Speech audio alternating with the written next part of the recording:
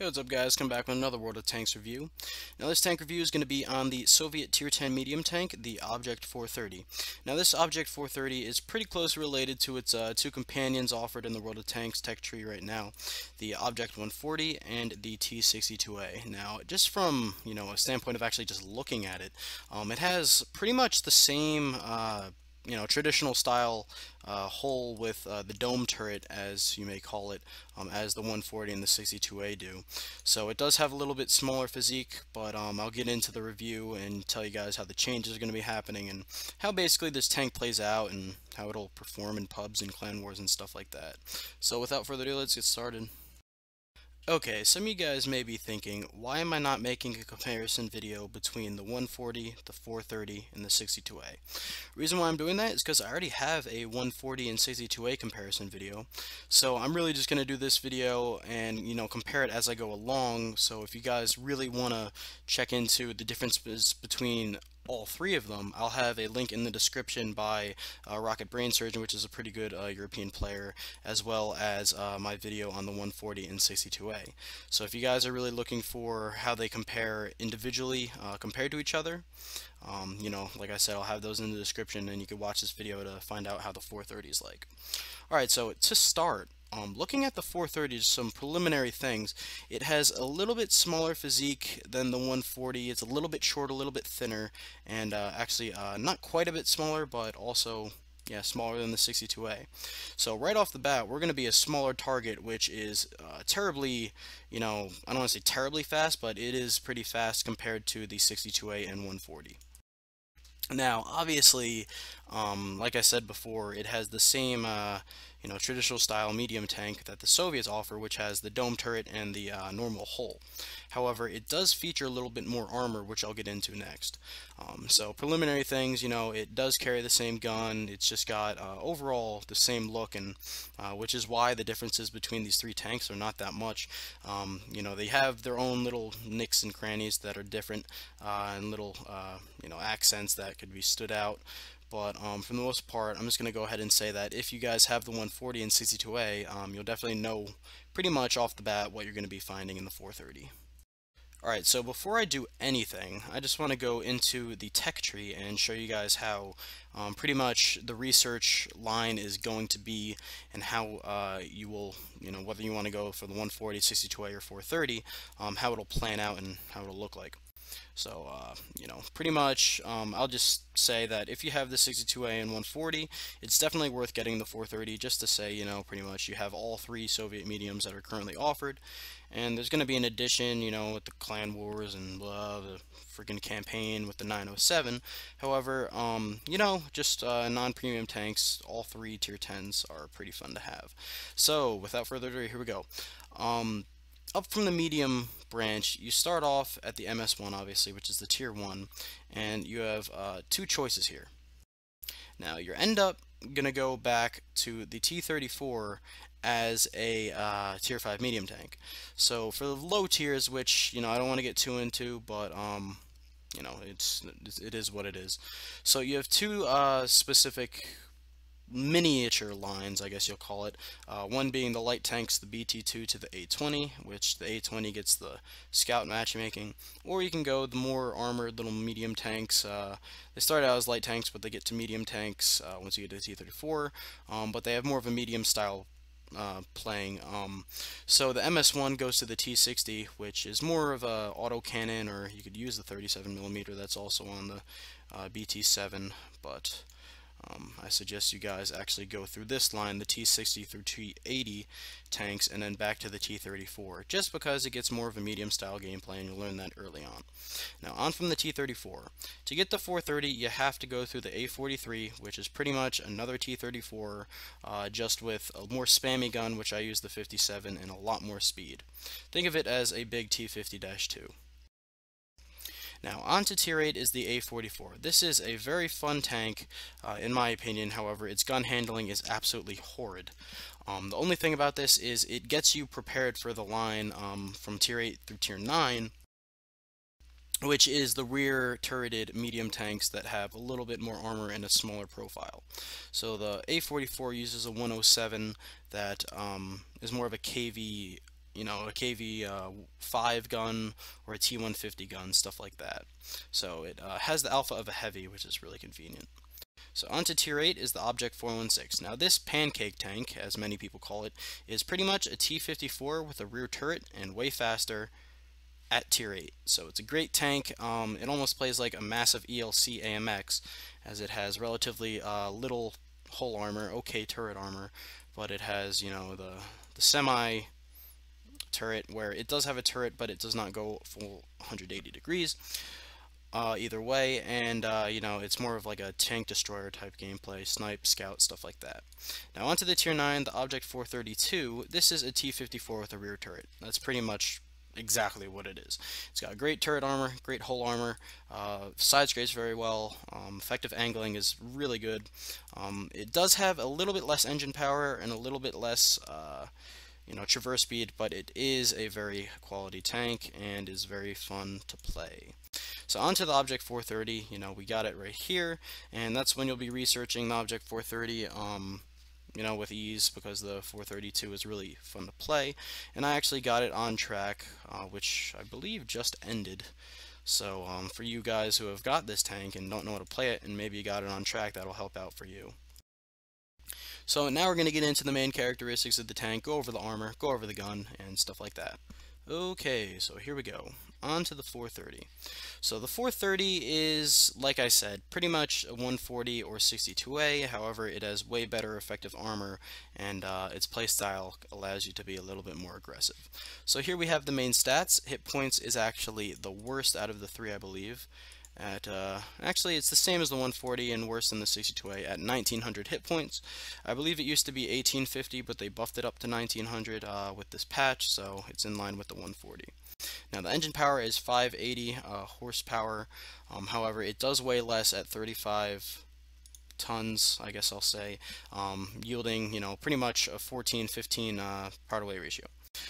Speed limit is 55 kilometers an hour, which pretty much is the same as the 140. However, its terrain passability is not as good on the 430, but it does have a better pickup and go. The T62A maxes out at 50 kilometers an hour, but has the best terrain passability. So all the mobility in these tanks, you know, once you're up to full speed, is going to be the same between the 430 and 140, but the 62A is going to be lacking behind. However, pickup and go in tough terrain, the 62A is going to be the best.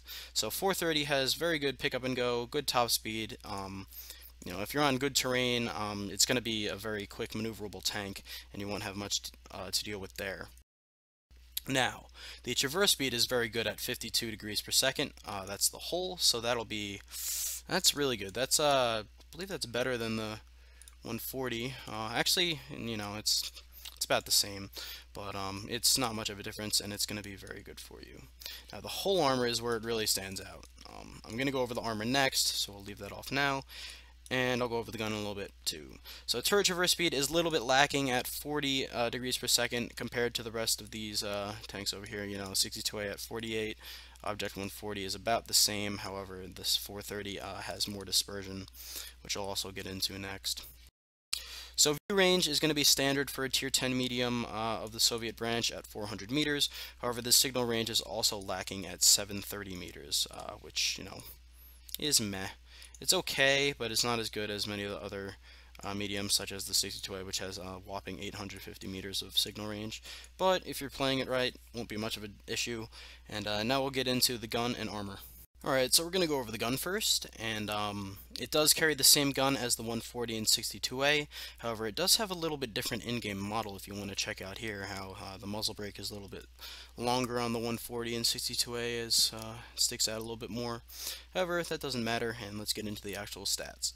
So the 430's gun dispersion, which is not really mentioned in the actual hard stats, is the worst out of the three.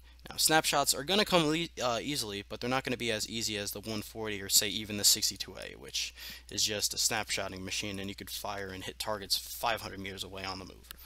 So the 430's overall gun performance is a bit frustrating if you're used to the 140 and 62. However, the armor buff, turret buff, and everything like that makes up for it. And let's get into the stats now. So the rate of fire is going to be a little bit less than these other two guys at 8.7 rounds per minute, yielding around a 5.8, 5.9 second reload depending on what perks you have and mounted equipment. Now penetration 264 with APCR, 330 with heat, and 50 with HE. I like to carry 25 APCR rounds, 15 heat rounds for high armored tanks such as E100 turrets and E3s and stuff like that. And you could do 5 or 10 HE rounds for waffles and artillery, depending on if you need to do some extra DPM with them. Now onto the average damage at 320 and 420 with HE rounds. Now the dispersion at 100 meters is the worst of the three at 0.35, and the aiming time is not a whopping 2.3 seconds, but for a Soviet medium that's a bit frustrating. So the dispersion also on the move is the most out of the three. The turret dispersion is around the same as the 140s, and traversing is going to be even bad too. So overall, the gun is great when up close and medium range. However, sniping in this tank does get frustrating with RNG due to the dispersion and just the aim time and everything. So you'll see that in the gameplay, and now let's get on with the armor. Okay, so for this armor, I'm not going to use a tank viewer or anything like that. I'm just going to go over the main attributes of the armor and how it is in the actual World of Tanks client itself compared to the 140 and the 62A. So it does read at 120 millimeters of frontal armor. Now that's equivalent to the T-54, the Tier 9, which actually has way more reliable armor than both the 140 and 62A. Now, the thing about the 54 is its turret got nerfed down to 200 millimeters of armor, and these little frontal plates here are not heavily armored anymore. So the 54 from the Tier 9 up to the 430, the 430 has one of the best turrets in the game. Now, how I like to describe this armor, I describe it as pretty much the same sloping as the 140. However, it starts from a lower angle, so it's going to be a more effective armor as it doesn't continue up as far, and it actually rounds off towards these little triangular pike type pieces here, which are pretty much, when you're looking at an angle like this, these two squares here are auto bounce angles. So the shells are just going to skip right off and either continue in the turret and bounce or just miss the tank. So that's another thing to keep in mind, as the 430 is a really trolley frontal armored tank. Now if you are going to shoot this little driver's port here, that is a weak spot, but really at a flat angle you don't have much of a shot on that. If you can look here, it's going to go right into the turret. Now the lower glacis of this tank is obviously weak. The upper glacis here is not necessarily weak, but if you angle it, it does expose your side armor that is a little bit taller compared to the 140 and 62A, if you can see that. Now all of these boxes and all these little pouches and stuff on the side of the tank are all considered hit boxes. So that's going to yield around an 80 millimeter specific part of armor, and the butt of the tank is 40 millimeters of armor. Now the turret back is 63 millimeters of armor, with the sides being a little bit better than the 62A and 140 at 183 or 185 millimeters. And the front is just amazing at 248 millimeters. Now heat rounds are not going to even get through the front of this turret face unless they are of high caliber. And normal medium tanks, if you're brawling against them, circling, stuff like that, if they manage to hit the front of your turret face, they're not going to go through. Now with that being said, the top of the turret is similar to the 140s, as it's a little bit more flat, has a kind of a welding here, which makes it a bit more susceptible to getting penned by artillery. However, the top of this tank is really well armored, but it's not as good as the 62As, which is just a beast. So the 430 has the two cupolas on either side, which pretty much are sticking out, but you're going to be moving so quickly that people are not going to be having shots at your cupolas that often. So with that armor, I'm going to give it an overall, 7 out of 10 for a medium tank. 140 is pretty much a little bit less, and the 62A is, I just hate its armor. Now, if you want to compare the 430 to the 121, its upper plate is, it's comparable, but I think the 121, just in terms of angling and stuff, has better armor than the 430, just by a bit. So that's the armor as a whole, and really only weak spots frontally are obviously the lower glacis, two cupolas, and the driver's port, which is even a small weak spot. But if you get flanked in this tank or someone has shots at your flanks, they're going to get right through. So next, I guess I'll go over crew training, what you can use for that, the equipment and consumables. Okay, so as a flanker sniper tank, also doing a little bit of spotting, your equipment has a little leeway. I prefer to go vents. I have changed it out for coated optics every now and then for clan wars, but in pub matches, especially with the 430, I just play it way more aggressively. So yes, coated optics would be a great choice, but I just prefer to go vents because it does have that little less DPM. And in my opinion, once I get brothers in arms, I'll ditch the vents and go back to coated optics. But I just play this very aggressively. Not to the point where I'm overly aggressive, but just to the point where I like having that extra DPM and extra, turret dispersion that's less, and just moving dispersion that's less, just because of the vents itself. On top of that, medium caliber gun rammer and a vertical stabilizer, just for the on-the-move shooting. So, along with that, we have small repair kit, small first aid kit, an automatic fire extinguisher, and the shells as such, which I believe I already went over before. Let's go ahead and accept that, and let's go over the crew skills. Now, this is actually the original crew that was in my 54, but I took that out, put it in the 430, and got a brand new crew for my T54, which, let's see how many crew skills I have. I believe I'm back up to 2, which, yes, I'm at around 85% on my second skill. So, these Soviet medium tanks, really fun to play, really good crew trainers, stuff like that. So, back to the main business here. On the commander, we have 6th Sense, which is a must, and I prefer to go full camo as my last skill, always, and then retrain. So once you get your first skill and you're on to your second, you want to do a 6th Sense, smooth ride and snapshot just for these Soviet mediums. Get that on the move accuracy up. Overall accuracy just benefits greatly from that. And safe stowage because you are a Russian medium. Now, in line with that, you have a choice between camouflage and repairs as your next skill. You always have the choice of other things, but these are the best in my opinion.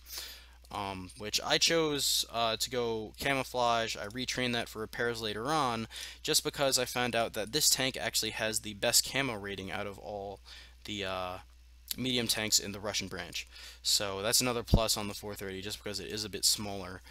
You get that extra camo bonus. So I found that to be a little bit better, and with 85, 86, I guess average, if you will, camouflage on this tank as my third skill is definitely good enough. So repairs and camo are pretty fun to have on the Soviet mediums.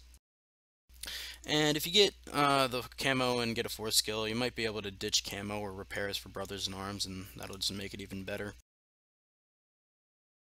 So that pretty much concludes this main, detailed, whatever talk you want to call it, about the 430, and let's get into some gameplay. So hope you guys like that.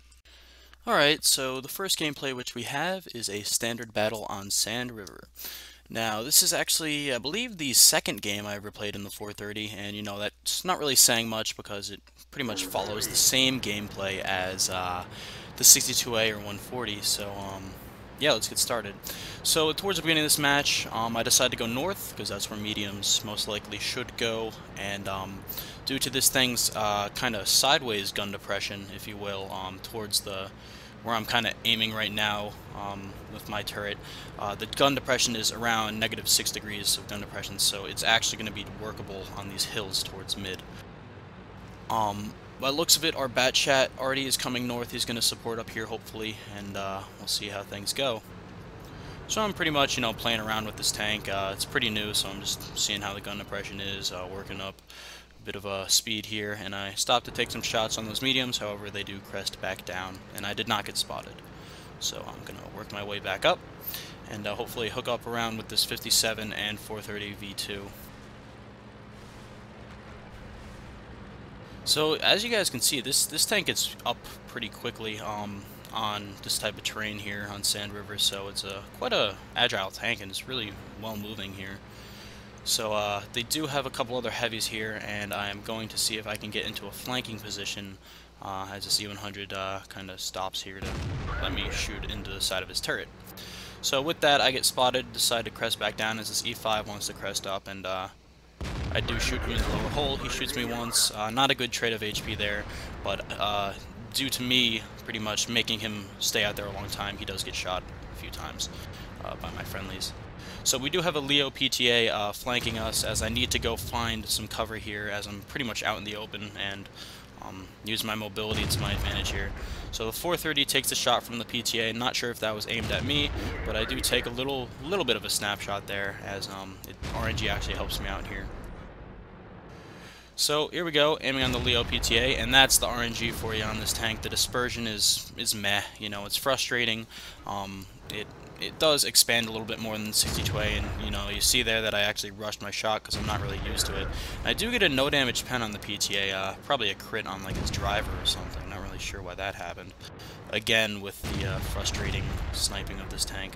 So I noticed that there's a few tanks behind us. Gonna just check on them a little bit, make sure they're not pushing up, as this Pershing is just sitting there in the open.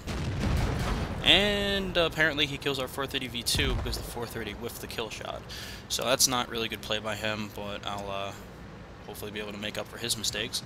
So here's the IS-3. I'm going to aim on the top of his turret, take a shot, overmatch the top of his turret, and that was a pretty good RNG roll there.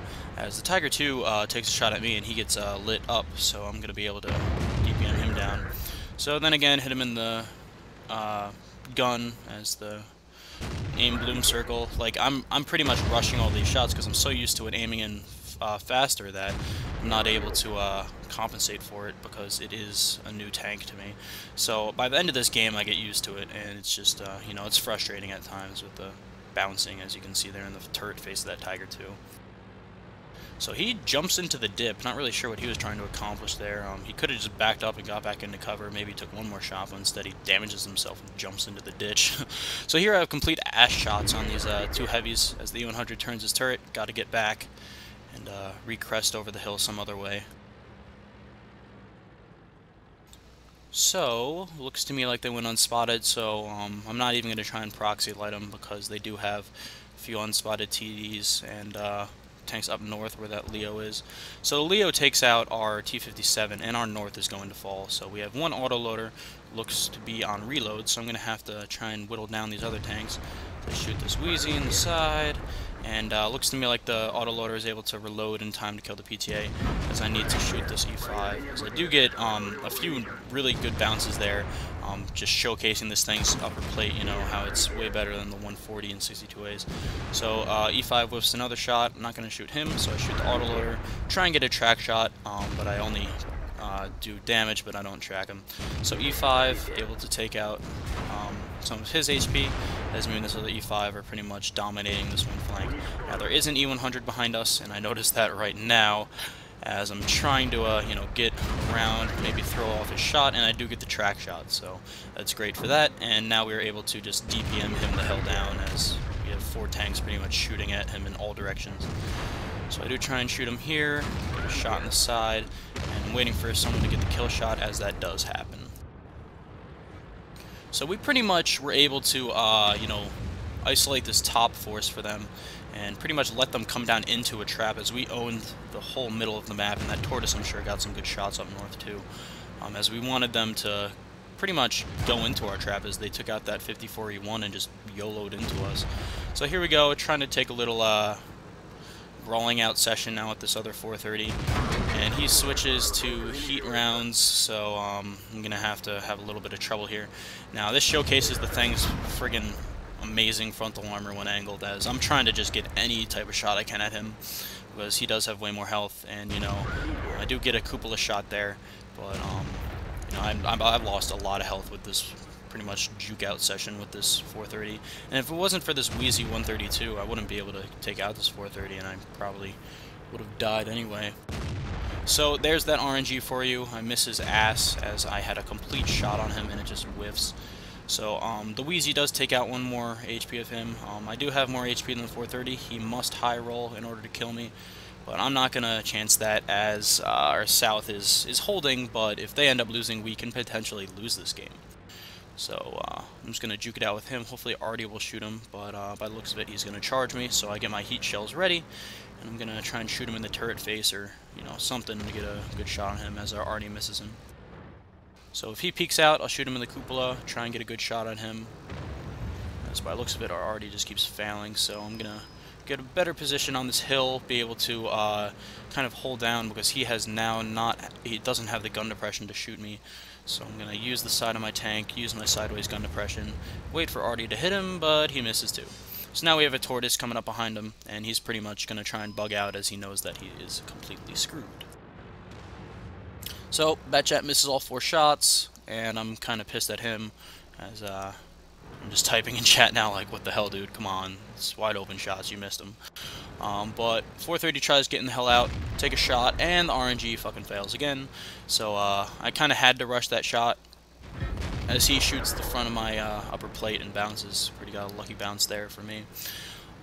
You know, it is what it is. Just the RNG and the dispersion on this tank is a bit frustrating at times, especially in parts like that where I completely miss the ass of a tank that's, you know, moving at what, like 30 kilometers an hour and just whiffs. But part of that's my error, but at the same time, with the 62A, it'd be fine.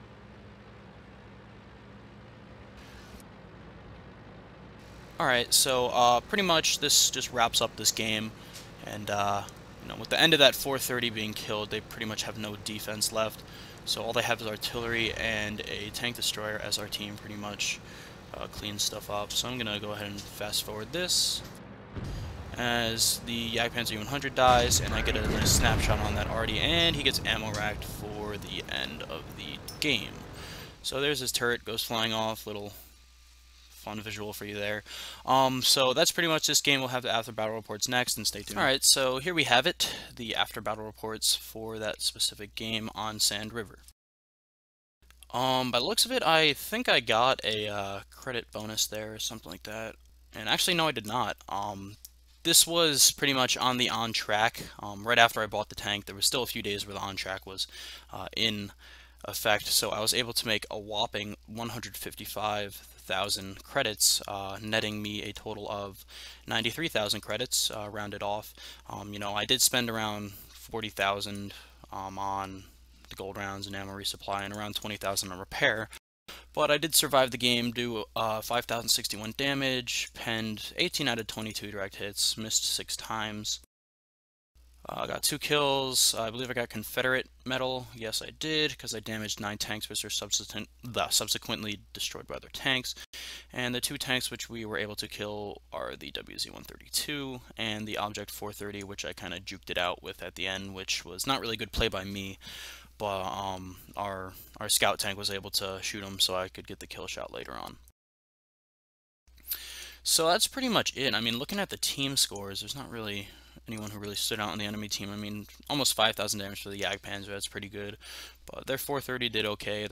Everyone else pretty much pooped it up, didn't perform as well as they should have. And on our team, we were able to get the top damage. Not high caliber, not enough damage there, but we're able to secure the 1,057 base XP. I did travel a lot, you know, over 3 kilometers. This E5 helped me out a lot. You know, Batchat kind of failed at the end, but I was still able to pull that out. And just a great overall win. We'll have one more gameplay. I'm going to try and do it on the fly, you know, go into game and you know, just go into a game while recording it, just to show basically how it'll be in a less controlled environment, you know, not a replay, which I've been doing in most of my recent videos. So that's pretty much the after battle reports. If you guys want to go ahead and, you know, fast forward to the next part of the video, which will be in the description, I'll have all the, you know, the key points where you could fast forward to, because this video is getting long. And stay tuned, we'll have the next one, and yep, enjoy. Alright guys, so here we have it, the second gameplay, which I'm just going to do a random pub battle and, you know, jump right in. So here we go, got the queue, and hopefully we get a good matchup, hopefully a map that I can actually do well on, that suits my playstyle a little bit more. Now we get a standard battle on highway with a very competent looking team, with, wow, only 3 tier 10s per side, so this will be really good. Hopefully I'll be able to pull out some damage here. Alright, so as we wait for the counter to go down, I'm just going to say what my little preliminary strategy will be here. I'm going to start off going down the 1-2 line, spot anything there. I'm going to abuse my sideways gun depression, like I said, when you can crest up hills, and shoot downward with your turret only facing out. And especially where that GW Tiger just said to spot, I will be going. So we're gonna set up shop at like the D1, D2 area. Let our Wheezy, if he goes up there, other scouts scout up first. I'll snipe at the beginning. I'll slowly work my way in. Looks like the E5 wants to side grind me a little bit. Getting a little horny there. So here we go. Getting into our position. We do have a shit ton of other mediums, which comprised of a bunch of tier 9 and tier 8 mediums, with an E5 apparently coming up here. We're not going to push the city because they have not much that'll go city. They have an E100, maybe a few TDs, but we have a lot of TDs. I can just camp. Alright, so the object of this, if you can get a person across the A6, B6 area, it is just ridiculous, and you could proxy spot all their TDs, and they are forced to come down and get you. See where all those people just got spotted? They are forced to come down and get you, and by that, once you take the A1, A2 position, they pretty much either get sniped to death when coming down to get you, or they're perpetually spotted for artillery. So that's what I'm going to try and do here. Now, the trick is getting there. Now, there is a 1375 up here. Looks like I'm lit. Apparently I'm not. He hasn't gotten line of sight yet. I'm going to go ahead and still move up, because I'm out of jaw range of those enemies. Now, he goes unlit here, so see if I can get up on this hill, light him up as he tries to run away. And I don't know what the hell that was. Got right through my turret top, so that had to be a TD of lower tier. Possibly a high tier medium, maybe the FE, I don't know. I'm surprised I was in a draw range of him. So here's that 1375, I'm gonna take a shot at him as RNG completely goes towards the ground. Now I'm lit, so I'm probably gonna take a shot here. Take one shot, pull back, angle, and nobody shot at me. Okay, so that means I'm out of jaw range of whoever was shooting me. They probably relocated. Alright, already splashed him, so we have a little bit of time here. And by the looks of it, that 1375 got out, so we won't be able to shoot him. Wait for this Wheezy to go light some things, and we'll see what we can do and get up to that spot, if possible.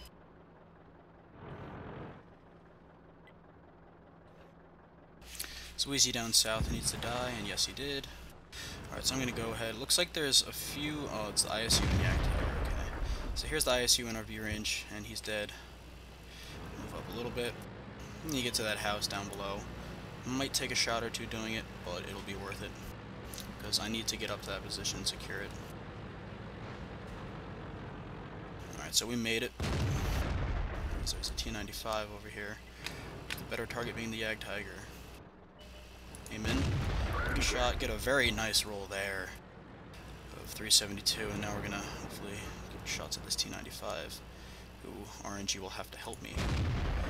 That definitely hit him, unless he moved up.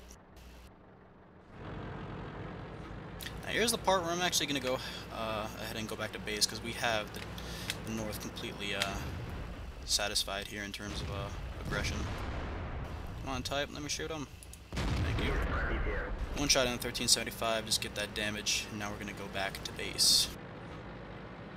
Now pretty much this is a raffle stomp, and there's not much I can do. You know, I'm just going to go towards the south to try and farm damage and show you guys how this tank will play out in terms of brawling, but you know, there's not much, like I said, that I can do here to showcase any specific clutch moments of this tank. So here's an E75 in town. I'm going to stay at range so he doesn't spot me unless someone came this way. I'm just going to take shots at him. Now that shot went all the way to where I didn't want to, but it tracked him, so I'm okay with that.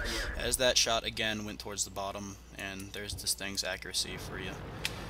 So he dies, only was able to get one shot into him. Now we're going to shoot at these guys who will hopefully YOLO out into the open. Which I do not have clear shots at them, so I'm going to be mindful that the waffle may have come back to base, but I'm going to go ahead and charge at these guys.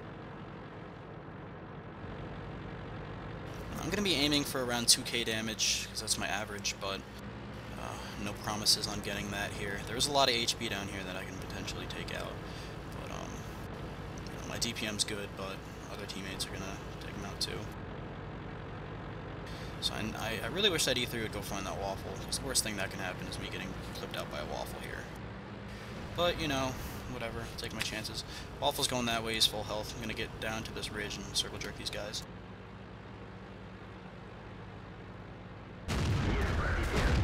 Completely ignore that low, take out this IS-8. It's unloaded. And that apparently bounced. So this low wants to bounce me.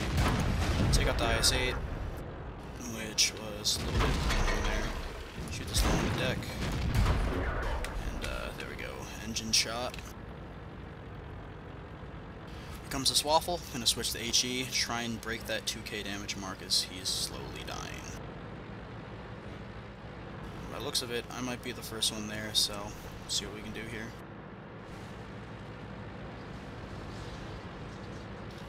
Those mediums are gonna gank him, and already got him, so no more damage for us.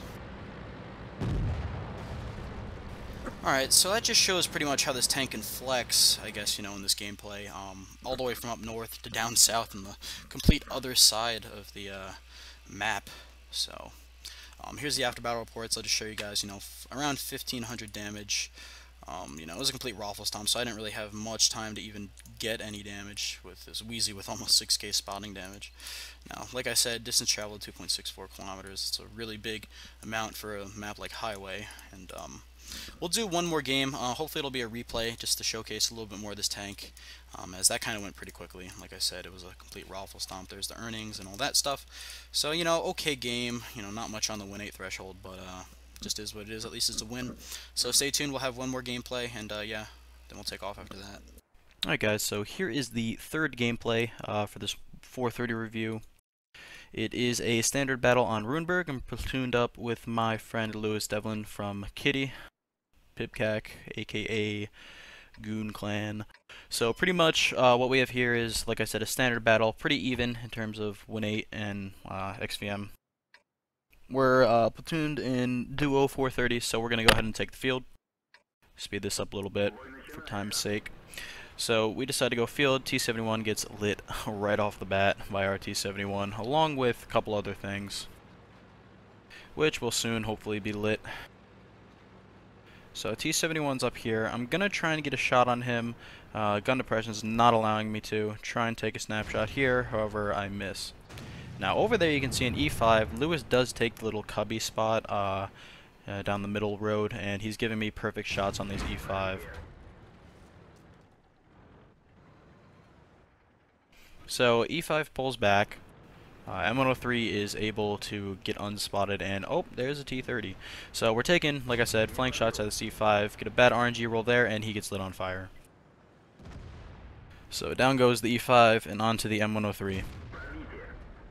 Nice shot onto his engine deck, however we did not get a fire. He is losing HP, he goes, gets tucked back, and we're able to advance now. So that T-71's still lurking about in the field somewhere, probably proxy spotting. I may be lit, may be unlit, but once I get up to this T-30, I am obviously lit. So I take a shot into his hole, pull back, do a little peek and shoot game. Try and come here and get a better shot, however he's looking right at me, get a shot into his hole. And he's got devil health, 666. So we're able to, you know, probably put one more shot into him here. Try and aim that shot nicely, get it into his cupola. Lewis is still in the middle. His T-71 shooting me. I do try and turn my turret and angle my hole towards him. However, in the process, I do get shot by the T-30 right there for a wowing 863 roll. So already takes him out before my shot can land. And I'm down a little bit of health, but we still have our whole team left. And you know, we're in business. So I got some help with this IS-7. Artillery spotted. IS-6 is spotted. Failed platoon. T-71, like I said, is still lurking about. He's going to be a little pest because he is a Unicum, and he's a great player. So we're able to spot a T-34 here, get a snapshot into him through the wall, and pull forward to get out of his way. He pulls back. I hold my shot, and you know, there's a T-71 along with, what is that, a Jagdpanther 2. So we're going to go ahead and focus them because this T-34 is not posing much of a threat. Now if he comes around, I'll shoot him, but by the looks of it, he's going to stay, which he does. Lewis is duking out in city with a lot of the other people. They're eventually going to kill this Waffle.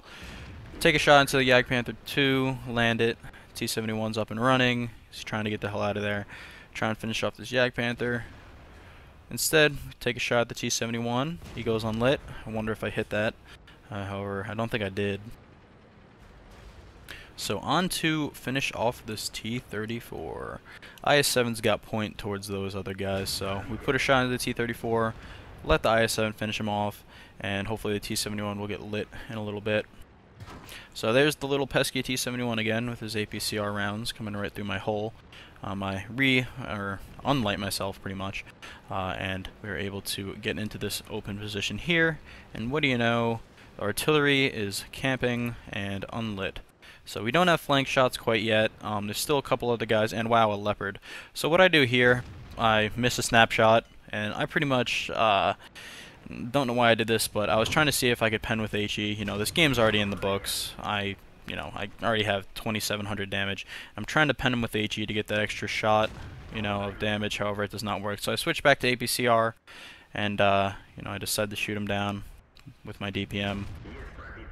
So I get one shot into the AFK Leopard, free damage here, just rack up that 1-8, and we finish him off in his own cap.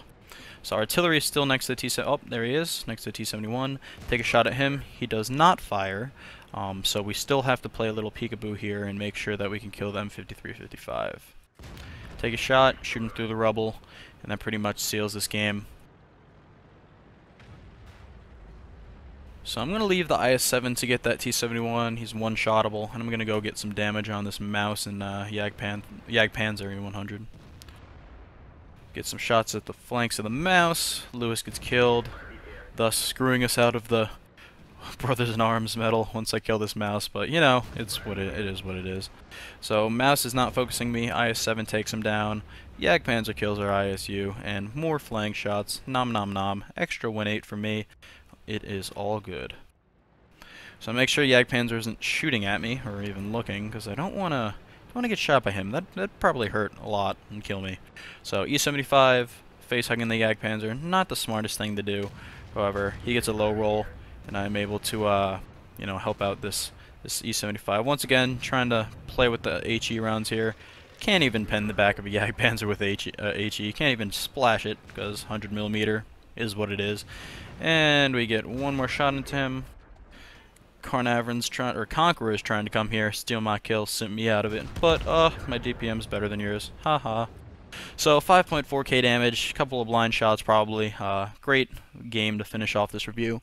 Hope you guys like this review so far. Really in depth. Hopefully try and pick out the little differences of this 430 from the 140 and 62A.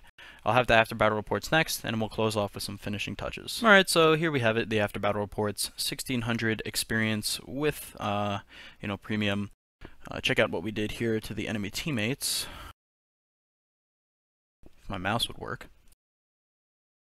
There we go. So we killed the M53-55, Leopard 1, and Jagdpanzer 100. Spotted 4 tanks. Got some critical damage on the Leopard. Also T-71 and mouse, and 2 on the E5. Lots of credits. Wow, 79k for a tier 10. That's pretty good. High caliber Confederate, along with the team score. We did the most damage. IS-7, IS-4 following close behind, along with Lewis. And 1067 basic speed, not bad. Too bad for their team. They didn't really have anyone who did much. Along with the detailed report, we made a whopping 35k credits after firing all those rounds. And that's a great job by the tier 10 credit maker there with the buff and everything. So once again, looks like we blocked 700 damage by armor, distance traveled, whatever, and that's pretty much it. So next we'll have some closing battle reports after this, and we'll have closing statements on the 430, and get on with that. Alright, so to sum up this 430, as a whole, it's pretty much another carbon copy of the 140, 62A, tier 10 Russian medium, Soviet, whatever the hell, strong tank. But, in terms of reliability and stuff, I find it's a very reliable tank. All around, good shooting on the move stuff. However, the only downside to it in terms of the 140 and 62A comparison is it sacrifices the gun handling and overall accuracy and stuff. However, there's news on the 430 that some people are saying it's getting a rework so that the 120mm of armor actually becomes a big difference and is more effective, along with the extra turret armor and everything like that. So in the coming patches, look to see if the 430 does get a slight buff. It's really, really not going to be too much of a buff. I mean, I would assume, because then it would make the other ones obsolete, but it is something worth going for. So the 430 is a really, really, really good tank in my opinion. It's I don't know whether it's quite worth the extra 54K experience in terms of the 140 or 60K in terms of the 62A. However, in terms of summing it up, the 120 millimeters of armor, it does help in some situations, but it doesn't make a big difference. It's overall probably a 9 out of 10 tank in my opinion. In terms of how I play it, it does play a little bit. You would think it would play more aggressive than the 62-140, which you can, but the armor won't save you. You have to be careful. But another thing to know about the 430 before we get on and end this video is it's a great Win 8 machine, definitely better than the 62 and 140. You guys can check up with that on the XVAM website for the expected values.